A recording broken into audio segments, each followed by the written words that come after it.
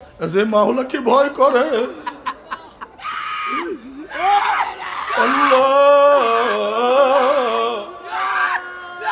ও যুবক বাবারা, আমার মুরব্বী বাবারা, হিসাব নিকাশ না মিলাইয়া কেউ মাওলার কবরে যাইও না। বসেন বসেন। আল্লাহ আমাদের সবাইকে মাফ করিয়া দেয়, সবাইকে মাফ করিয়া দেয়।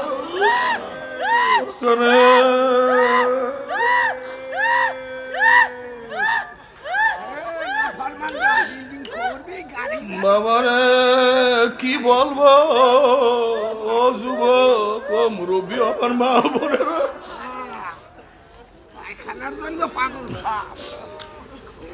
নবী আলাইহিস সালাতু ওয়াস সালাম হাদিসে কুরসি মধ্যে ফরমান, আল্লাহ পাক বলেন, লা আজমাউ আলা আবদি খাউফাইন ওয়ালা আমনাইন, মান খাফানি ফিদ দুনিয়া মিনতু ইয়াউমাল কিয়ামা ওয়া মান আমানানি ফিদ দুনিয়া খাফতু ইয়াউমাল কিয়ামা। আমি দুইটা ভয়কে একত্রিত করি না। যারা দুনিয়ার মধ্যে আমি মাওলাকে ভয় করবে, মওতে আর ভয় নাই, কবরে আর ভয় নাই, কিয়ামতে আর ভয় নাই, মিজানেও ভয় নাই, উসরাতেও আর ভয় নাই। আর দুনিয়ার মধ্যে আমি মাওলাকে ভয় করবে না, মওতে ভয়, কবরে ভয়, কিয়ামতে ভয়। আল্লাহ রে আমার মাওলার বাবা, কি বলবো, বুঝিয়া শুনিয়া হিসাব নিকাশ মিলাইয়া তারপর মাওলার কবরে যাইও। দেখো তোমার নামাজ পড়ার সংখ্যা বেশি, নামাজ কাজার সংখ্যা বেশি। দেখো রোজা রাখার সংখ্যা বেশি, রোজা কাজার সংখ্যা বেশি। দেখো তোমার চোখের থেকে কি গুনাহ বেশি হয়েছে, নেক বেশি হয়েছে।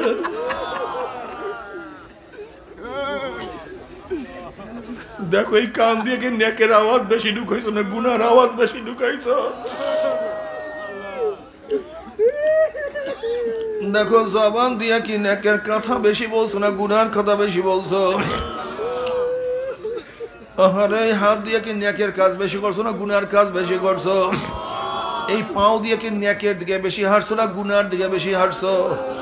এই অন্তর দিয়ে কি নেকের চিন্তা বেশি করছো না গুনার চিন্তা বেশি করছো। আল্লাহ, গুনাহ যা করছো তওবা করতে পারছো কি পারো নাই? আবার তওবা যা করছো আমার মাওলায় মাফ করছে কি করে নাই? খবরদার, হিসাব নিকাশ না মিলাইয়া কেউ মাওলার কবরে যাইও না। আল্লাহ, আল্লাহ তুমি আমাদের সবাইকে মাফ করিয়া দাও। আল্লাহ তুমি আমাদের সবাইকে মাফ করিয়া দাও। যদি তওবা করিয়া মাওলার কবরে যাইতেই বলে কবরটা জান্নাতের বাগিচা হইয়া যাবে। আর তওবা না করিয়া মাওলার কবরে যাও, কোন না কোন নাফরমানের কবরের দুই পাশের মাটি এত জোরে চাপ মারবে, চাপে জোরে এক পাজরের হাঁটি আর এক পাজরে লাগাইয়া ফালাইবে। যদি তওবা না করিয়া মাওলার কবরে যাও, কোন কোন নাফরমানের কবরটা জাহান্নামের কুয়া হইয়া যাবে। من الشيطان الرجيم بسم الله الرحمن الرحيم إن الذين آمنوا وعملوا الصالحات كانت لهم جنات الفردوس نزلا صدق الله مولانا العظيم وصدق رسول النبي الكريم। আল্লাহ পাকের বান্দা জনাবে মুহাম্মদুর রাসূলুল্লাহ সাল্লাল্লাহু আলাইহি ওয়াসাল্লামের উম্মতগণ, আল্লাহ পাক রব্বুল আলামিন আপনাকে আমাকে দুনিয়ার সমস্ত ফিতনা ফাসাদ থেকে পরিত্রাণ দিয়ে কোরআন ও হাদিসের মাজলিস, আলেম ওলামা, মুমিন মুত্তাকিন, জাকিরিন শাকিরিনদের গুরুত্বপূর্ণ এক দামি মাজলিসে আসার বসার বলার শোনার তৌফিক আল্লাহ পাক দান করছেন। শুকরিয়া তার সবাই বলে আলহামদুলিল্লাহ।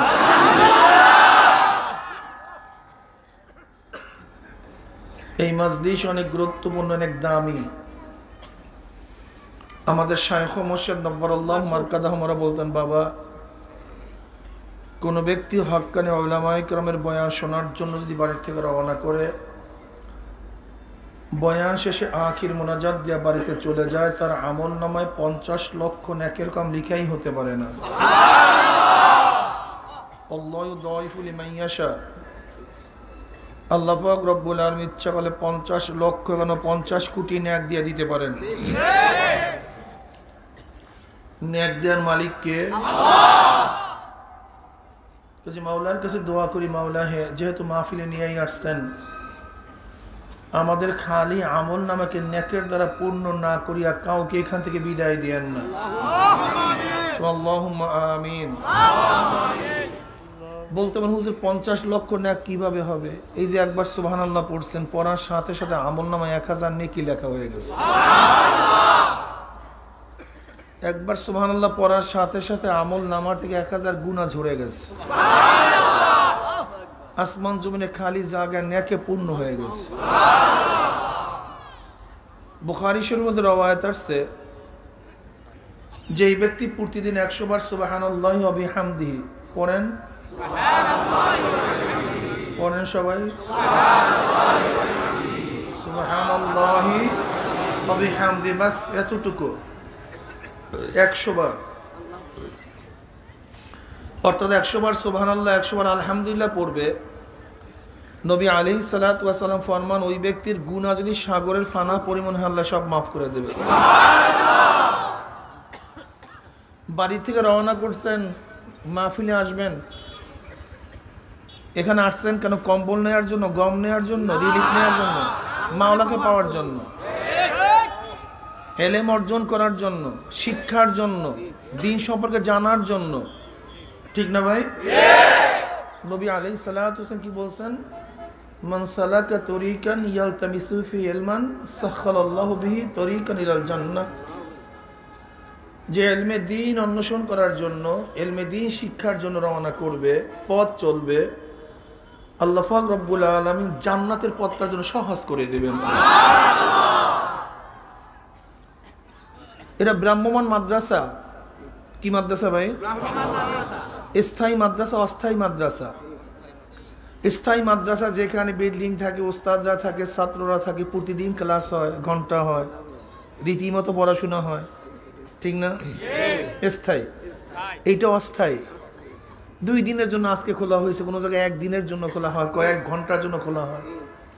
বিভিন্ন জায়গা থেকে উলামায়ে কেরাম নিয়ে এসে আমরা মহল্লার, এলাকার, দেশের সমস্ত মানুষ নসিহত শুনি।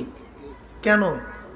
যেন আমল করতে পারি, দ্বীন শিখতে পারি, দ্বীন মানতে পারি। এখানে কিসসা কাহিনী বা গল্প গুজব বা ড্যান্স গানের জন্য এখানে আসি নেই। এখানে নসিহত শোনার জন্য আসছি, যেই নসিহতের মাধ্যমে আমার দ্বীনের মোড়, আমার জিন্দেগির মোড় ঘুরে যাবে, ঠিক না? আমি খারাপ ছিলাম, ভালো হয়ে যাব, বেনমাজি ছিলাম, নামাজি হয়ে যাব, রোজা রাখতাম না, রোজা রাখবো, দাড়ি ছিল না, দাড়ি উঠবে, চোখে পানি ছিল না, জবানে জিকির ছিল না, আগে গুনার প্রতি আকর্ষণ ছিল, এখন কিন্তু এখন ওয়াজ নসিহতগুলোর অবস্থা কি ভাই? কি চলতেছে? বাস সাকসেস। বেঈমানরা অলরেডি সাকসেস হয়ে গেছে, ইসলামের দুশ্মনরা সাকসেস হয়ে গেছে অলরেডি। এখন ওয়াজ নসিহতগুলির মধ্যে ফতুয়া, বাজে মন্তব্য, জুতা নেয়ানি, একজনের বিরুদ্ধে আর একজনের কটূক্তি, কি যে হয়ে গেল ওয়াজ নসিহতের মাজলিসটা। প্রসাদনী, ড্যান্স, ঠাট্টা, হাসাহাসি, গল্প গুজব, মানে যা ইচ্ছা তাই চলতেছে। আগে ওয়াজ নসিহত থেকে মানুষ ফিরতো, কাঁদতে কাঁদতে যাইতো, জিকির করতে করতে যাইতো, আফসোস, আরে কি করলাম, জিন্দেগিটা ধ্বংস করে ফেলাইছি, কি আফসোস করতে করতে যাইতো। এখন মানুষ হাসতে হাসতে, বকাবকি করতে করতে, গিবা শেখায়ত করতে করতে তারপর বাড়িতে ফিরে। কি চলতেছে কি ভাই? কি চলছে কি? দেখেন কত সুন্দর কৌশল ইসলামকে ধ্বংস করে ফেলাইতেছে। আমি বাঘ মারার জন্য শত্রু পাঠাইছি, বাঘ মারার জন্য শত্রু মরলেও লাভ, বাঘ মরলেও লাভ। বাঘ মারার জন্য পাঠাইছি শত্রু, বাঘ মরলেও লাভ, শত্রু মরলেও লাভ, দোনোটাই তোমার শত্রু। ঠিক এই খ্রিস্টান ইহুদির চক্ররা কিছু বদবু ছড়াইয়া দিস, ভুল মাসাইল, বক্তারা কিছু ভুল মাসাইল ছাড়িয়া দিছে মার্কেটে। যদি ভুল মাসাইল এস্টাবলিশড হয় তাহলেও লাভ, প্রতিবাদ করলে তাহলেও লাভ। যদি ভুল মাসাইল এস্টাবলিশড হয়ে যায়, লাভ না লস? খ্রিস্টানদের, ইহুদিদের, বেঈমানদের যদি প্রতিবাদ করেন কিভাবে লাভ বলেন তো? হুজুর হুজুর এলেক্স আলেম আলেম এই মৌলবীর মধ্যে এদের কাছে ব্যাস আরম্ভ হয়ে গেছে। কৌশলটা দেখছেন কত সুন্দর, সহজ কৌশল। যদি আপনি প্রতিবাদ না করেন তাহলে লক্ষ কোটি কোটি মানুষ গোমরাহ হয়ে যাবে, ধ্বংস হয়ে যাবে। যদি প্রতিবাদ করেন, দেখছো এত ভেজাল, দেখ হুজুররা লাগছে কিভাবে লাগা, কুকুর কুকুর লাগিয়ে গেছে, মৌলুই মৌলুই লাগিয়ে গেছে, একটার একটা চোখে দেখতে পারে না, শুরু হয়ে গেছে। দেখছেন কত সুন্দর কৌশল, কত সুন্দর কৌশল। কি বলবেন? আর একদল মানুষ তো আছে গালি দেওয়ার জন্য, কে কত গালি দিতে পারে, কে কত গালি দিতে পারে, কে কার উপরে কত চড়াও হতে পারে, লাগছে, ধ্বংস হয়ে যেতেছে। এই পাঁচ মৃদু মহাদেশে 1000 বছর পর্যন্ত ওয়াজ নসিহত চলতেছে, হাজার হাজার বছর পর্যন্ত, 1000 বছর পর্যন্ত, লেকিন সংসদে ওঠে নাই, টেলিভিশনে এইটা নিয়ে বক্তব্য এমপিরা, কিন্তু বর্তমানে সব জায়গায় প্রাইম মিনিস্টার তো মনে হয় কথা বলছে আজকে। কত সুন্দর কৌশল। কারণটা কি? খ্রিস্টান এবং ইহুদিরা দেখছে যে সব জায়গাতে ইসলাম বিতরিত হয়ে গেছে, পাঠ্যপুস্তকের মধ্যে আস্তে নাস্তিকতার থিম ঢুকাইয়া দিচ্ছে, পাঠ্যপুস্তকের মধ্যে নাস্তিকতার থিম 9, 10 থেকে শুরু করে মাস্টার্স পর্যন্ত ডারউইনের থিম, বিবর্তনবাদ। বিজ্ঞানের মধ্যে কি লিখা? যে সৃষ্টিকর্তা বলতে কেউ নেই, স্রষ্টা বলতে কেউ নেই, খালেক বলতে কেউ নেই। আমাদের দেশের পাঠ্যপুস্তক, আমি বিদেশের কথা বলতেছি না, আমাদের দেশের পাঠ্যপুস্তকের কথা বলতেছে। বিজ্ঞান বইয়ের মধ্যে দেখবেন বিবর্তনবাদের ছবি দেয়া আছে, যে তারা মনে করে একই জায়গা থেকে সবাই সৃষ্টি, মানে কুত্তা, শিয়াল, শুয়ার, মানুষ সবই একই জায়গার থেকে সৃষ্টি হয়েছে, একই জায়গার থেকে। তাদের থিম থিওরি কি? সূর্যের আলোর থেকে কুয়াশা, অন্ধকার হয়ে গেছে কুয়াশায় গোটা দুনিয়া, সেখান থেকে অঝরে বৃষ্টি পড়া শুরু করছে, বৃষ্টি আর বৃষ্টি, বৃষ্টিতে বৃষ্টিতে সাগর সৃষ্টি হয়ে গেছে, সাগরের মধ্যে পানি আর পানি, পানির মধ্যে ঢেউ সৃষ্টি হয়েছে, ঢেউর মধ্যে ফেনার সৃষ্টি হয়েছে, ফেনার মধ্যে পোকার সৃষ্টি হয়েছে, শ্যাওলা পোকা, সেই পোকার থেকে ব্যাঙের সৃষ্টি, ব্যাঙের থেকে বানরের সৃষ্টি, এই বানর স্টেপ বাই স্টেপ পরিবর্তন হতে হতে হতে হতে মানুষ হয়ে গেছে। আমাদের দেশের বইতে বর্তমানে 9, 10 ছেলেরা আসো না এখানে? কি কথা বলো, 9, 10 ছেলেরা নাই? ওই হাত তুলো তো কারা কারা আসর দেখি। কি আমি কথা সত্য বললাম না মিথ্যা বললাম? হ্যাঁ 120টা না? ওই যে দেখেন 120টা, 120টা বর্তমানে। আচ্ছা বলেন তো, এই ছেলেটা মাত্র অল্প বয়স, একটু বাচ্চা, মাত্র বড় হইতেছে, যদি এই বাচ্চাদের মাথার মধ্যে থাকে স্রষ্টা বলতে কেউ নেই, এবং যুক্তি সহকারে আস্তে আস্তে আস্তে আস্তে যুক্তি দিছে। ধর্মের আবিষ্কারককে আমাদের দেশের পাঠ্যপুস্তকের মধ্যে লেখা, বানর যখন শেষ স্টেপ পার হবে, মানে মানুষ হবে, তার আগের স্টেপে সে ধর্ম আবিষ্কার করছে। আল্লাহ বলতে কেউ নেই। ধর্মগ্রন্থ আসছে কোথার থেকে? ওই এলাকার মোরলরা, বুদ্ধিমানরা মানুষকে কন্ট্রোল করার জন্য ধর্মের আবিষ্কার করছে, ধর্মের আবিষ্কার করছে। এবং এই যে ধর্মীয় বই মানুষদেরকে চালাবার জন্য, তাদের নিয়ন্ত্রণ রাখার জন্য তারা ধর্মীয় গ্রন্থ নিজেরা লিখে রয়েছে। এর জন্য দেখবেন মাঝে মাঝে হিন্দু ছেলেরা বা নাস্তিক পোলারা স্ট্যাটাস দেয়, এখানে স্ট্যাটাস দেয় যে কোরআন টোরান এগুলো আল্লাহ প্রদত্ত না, এগুলো মানুষের রচিত। বইতে লেখা, তো বইতে লেখা, কথাটা বুঝাতে পারি না, বাস কত কৌশল। একটা মানুষের বাচ্চাদের মেধার মধ্যে যদি এইটা ঢুকে যে স্রষ্টা বলতে কেউ নাই, তাহলে কি হইল? যখনই নওয়াজ নসিহতের কথা বলবো, কোরআনের কথা বলবো, নামাজের কথা বলবো, রোজার কথা বলবো, সে কি বলবে? এই বিজ্ঞানের যুগে এটা মানা যায়? ওই বাচ্চাটা কি বলবে? এই বিজ্ঞানের যুগেও কি ধর্ম মানা যায়? এই বিজ্ঞানের যুগেও কি একজন স্রষ্টা মানা যায়? এই বিজ্ঞানের যুগে কি কোরআন মানা যায়? ওর মাথার মধ্যে ঢুকে গেছে। আবার জাফর ইকবাল সাহেব, বর্তমান বাংলাদেশের শিক্ষা ডিপার্টমেন্টের প্রধান হলো নারায়ণ চন্দ্র শাহ। হ্যাঁ, নারায়ণ চন্দ্র শাহ। তার সদস্য কায়কোবাদ, তার সদস্য জাফর ইকবাল, একেবারে গোটা সুন্দর সুন্দর নাস্তিক। জাফর ইকবাল সাহেব একটা বক্তব্য আমি নিজে শুনেছি, সে স্পষ্ট বলেছে যারা বিজ্ঞানকে এই বিবর্তনবাদের উপরে, এই বিবর্তনবাদের টপিক্সের উপরে বক্তৃতা দিতে গিয়ে সে নিজেই বলতেছে, এই বিবর্তনবাদের উপর বক্তৃতা দিয়ে বলতেছে যে বিবর্তনবাদ মানে না, সে বিজ্ঞানকে অস্বীকার করছে। তার মানে বিবর্তনবাদকে কেউ মানলে তাহলে খালেককে অস্বীকার করতেই হবে, নাহলে বিবর্তনবাদ মানাই যায় না।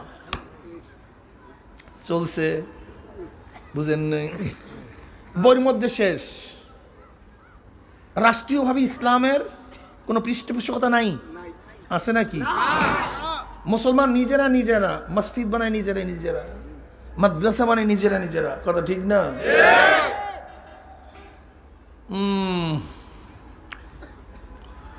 সব জায়গা থেকে ইসলামকে জবাই দেওয়ার চক্রান্ত চলতেছে। প্রচার মিডিয়া বলেন, টেলিভিশন বলেন, প্রিন্টিং মিডিয়া বলেন, ইলেকট্রিক মিডিয়া বলেন, কোনো জায়গায় ইসলামের প্রচারের কোনো ব্যবস্থা নাই। আছে শুধু এই মাহফিলগুলি। খুব খুব খেয়াল করে দেখেন, এই মাহফিলগুলির মাধ্যমে এই বিভিন্ন ধরনের মানুষ একটু প্রমাণ দেবেন, দেখবেন। আচ্ছা, আগে নামাজ পড়তেন না, আলহামদুলিল্লাহ চরমোনায় যাওয়ার পরে নামাজ ধরছেন, নামাজ পড়া শুরু করছেন, এমন কি কে আছেন? দুই হাত তুলেন, আল্লাহু আকবার। দেখেন, হাত নামান, দেখেন। তার আমি প্রমাণ দিতে আছি, ঘটনাটা কি? আগে দাড়ি রাখতেন না, চরমোনায় যাওয়ার পর আলহামদুলিল্লাহ দাড়ি রাখা শুরু করছে, এরকম কি আছে? দুই হাত তুলেন, আল্লাহ, আলহামদুলিল্লাহ। এখন চিন্তা করতেছে ঘটনাটা কি? এরা তো মাদ্রাসায় পড়ে নাই, মাদ্রাসায় কিন্তু এই লোকটা দাঁড়িয়ে রাখবে কেন? এই লোকটা পড়ছে স্কুলে, এ নামাজ পড়বে কেন? ও তো ছিল গাঁজাখোর, ও জিকির করবে কেন? ও তো যাত্রাগানের ড্যান্সার ছিল, যাত্রাগানের নায়ক ছিল, ও এখন মাথায় পাগড়ি পড়বে কেন? কারণ কি? এই তো ওয়াজ নসিহত, এই তো পীর বুজুর্গ। এই পাক ফরদ উপমহাদেশটা ছিল প্রত্যেক দেশ, এই গোটা পাক ফরদ উপমহাদেশ প্রত্যেকদের। এখানে কলেমা বলতে কিচ্ছু ছিল না। মাইনুদ্দিন চিশতি রহমতুল্লাহ আলাইহি যখন হজ থেকে ফিরছেন 12 জন শাগরেদ নিয়ে, আজমিরে কোন এক উটের আস্থা বলে গিয়ে আশ্রয় গ্রহণ করছে। উটের মালিক এসে বলছে, ভাগো এখান থেকে, দরবেশ কোথার থেকে আসতো। তৎকালীন সময় ইসলাম কি জিনিস, মুসলমান কি জিনিস জানেই তো না, তারা জানবো কোথার থেকে? ভাগো এখান থেকে। কোথার থেকে? অপরিচিত লোক আসছো, থাকতে পারবে না এখানে থাকতে পারবো না, ভাগো এখান থেকে। মাইনুদ্দিন চিশতি রহমতুল্লাহ কোথায় যাবেন? দেখে এক পরিত্যক্ত মন্দির, যেখানে আছে অনেকগুলি মূর্তি, সেই মূর্তির পিছনে গিয়া আশ্রয় গ্রহণ করছে। সারা রাত্রে ইবাদত করছে, ইবাদত বন্দির মধ্যে লিপ্ত ছিল। সকালবেলা রাখাল গেছে উট উঠাবার জন্য, এখন আর উট উঠতে পারে না, উঠতে শুয়েই আছে, উট উঠতে পারে না। এখন ওই হিন্দুরা চিন্তা করতেছে ঘটনা কি, উট উঠতে পারে না কেন, তাদের সাথে খারাপ ব্যবহার করছি, ওরা কিছু করলো কি না। ওই সময় তো এই সমস্ত বিষয়ের উপর মানুষের খুবই আস্থা ছিল, খুবই আস্থা ছিল। খুঁজতে খুঁজতে পাইছে মন্দিরের পিছনে, বলে ভাই তোমরা কি করছো, আমাদের উঠতে উঠতে পারে না, এখন কি করব? মাইনুদ্দিন চিশতি রহমাতুল্লাহ বলছে আমার কাছে মন্ত্র আছে, আমি যদি মন্ত্র শিখাইয়া দেই, ওই মন্ত্র যদি তুমি কানে কানে উঠে বলতে পারো তাহলে তোমার উঠ উঠিয়া যাবে। কলেমা টলেমা না, কলে কি মন্ত্র? কলে যাই পড়ো উটের কানে লা ইলাহা ইল্লাল্লাহু মুহাম্মাদুর রাসূলুল্লাহ, এইটা পড়ো, এটা পড়ো। যখনই গিয়ে রাখাল উটের কানে লা ইলাহা ইল্লাল্লাহু মুহাম্মাদুর রাসূলুল্লাহ পড়ছে, পড়ার সাথে সাথে উট দাঁড়ায় গেছে। ভালো মন্ত্র পাইছে, মন্ত্র ভালো কি খারাপ? ভালো মন্ত্র পাইছে। এখন যেই মন্ত্র শিখাবার পর উট উঠিয়া গেছে, ভক্তি শ্রদ্ধা বাড়ছে না কমছে? জমনের বরাবর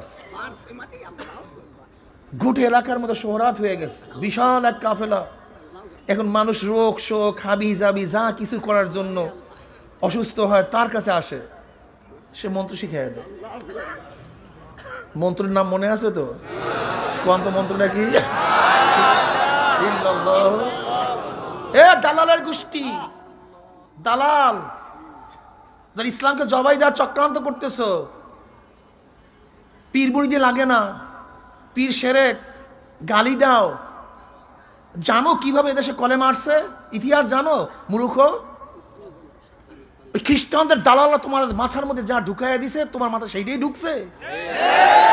তুমি কি জানো ইসলাম কিভাবে আসছে? তোমার ইতিহাস জানা আছে? হ্যাঁ, যাদের অক্লান্ত পরিশ্রমের ভিত্তিতে দেশের মানুষ কলেমা পড়ছে, টুপি পড়ছে, মাদ্রাসা করছে, আর তাদেরকে মোর্শেক বলতেছে ডাইরেক্ট। পীর মানি মোর্শেক, পীর মানি বেঈমান, পীর মানি শয়তান, এটা বলতেছে তারা। আপনি চিন্তা করতে পারতেছেন? আপনি চিন্তা করতে পারতেছেন? তো অসুস্থ হয়, অমুক হয়, তমুক হয়। হযরত মাইনুদ্দিন চিশতি রহমাতুল্লাহ জি আসে, সে বাস ওই মন্ত্র শিখাইয়া দেয়। অসুস্থ রোগীর কানে কানে গিয়া মন্ত্র পড়ার সাথে সাথেই সুস্থ হয়ে যায়। এখন কেমন ভক্তের ভক্ত হয়েছে এলাকার লোক বলেন তো? কাফেলা হয়ে যেতেছে। কি হয়ে যেতেছে? কাফেলা। ওখানে রাজা ছিল পৃথিরাজ। পৃথিরাজ চিন্তা করতেছে মঈনুদ্দিনের যদি কাফেলা বড় হয়ে যায় তো আমার বাদশাহী শেষ হয়ে যাবে, আমার মসনদ টিকবে না, মসনদ শেষ। এখন তার বিরুদ্ধে সৈন্য প্রেরণ করছে যুদ্ধ করার জন্য। মাইনুদ্দিন চিশতি রহমাতুল্লাহ আলাইহি তো খোদাই শক্তিতে চলাফেরা করেন, তার মধ্যে ভিন্ন রূপ আছে, চেহারার মধ্যে ভিন্ন জিনিস আছে। যখনই কোনো সৈন্য তার কাছে আসে যুদ্ধ করার জন্য, তার চেহারার দিকে তাকাবার সাথে সাথে হাতের থেকে তলোয়ার পড়ে যায়। ভিন্ন এক ব্যাপার, কি কথা ঠিক না? কোনো সৈন্য তার কাছে আসিয়া যুদ্ধ করতে পারে না। আবার দেখবেন এই যারা ওই খ্রিস্টান ইহুদিদের দালালরা, ওরা বলবে হ্যাঁ এত বড় বুজুর্গ। এদের মূল কারণটা কি? এই খ্রিস্টান ইহুদিদের দালালদের মূল কারণটা হলো ইসলাম এর ভিত্তি হলো ভক্তি শ্রদ্ধা। ইসলামের ভিত্তি কি? কোরআনের ভক্তি আছে তো কোরআন মানবেন, ভক্তি নেই কোরআন মানবেন কেন? নবী এই ভক্তি আছে তো তাকে মানবো, ভক্তি নাই মানবো কেন? এর জন্য ওদের মূল টার্গেট ভক্তি শ্রদ্ধা উঠায়া দাও, মূল টার্গেট ভক্তি শ্রদ্ধা উঠায়া দাও। ওস্তাদকে ভক্তি করবেন তো ওস্তাদের কথা মানবেন, ভক্তি করবেন না, মানবেন কেন? বাবাকে ভক্তি করে তো সেই ছেলে বাবার কথা মানে, যে বেয়াদব হয় সে বাবার কথা মানে। ভক্তি শ্রদ্ধা হলো মূল ভিত্তি, আদব যাকে বলা হয়। ওদের মূল টার্গেট হলো ভক্তি শ্রদ্ধা উঠায়া দাও। আর ভক্তি শ্রদ্ধা না থাকলে ইসলাম থাকে না, দিন থাকে না, কোনো কিছুই থাকে না, সবকিছু বিনষ্ট হয়ে যায়, ধ্বংস হয়ে যায়। এই কোরআনের ভক্তি শ্রদ্ধা উঠাবার জন্য ফতুয়া দিতে আছে, উজু টুজু লাগে না, নফল টফল লাগে না, জিকির আজকাল লাগে না, এ সবই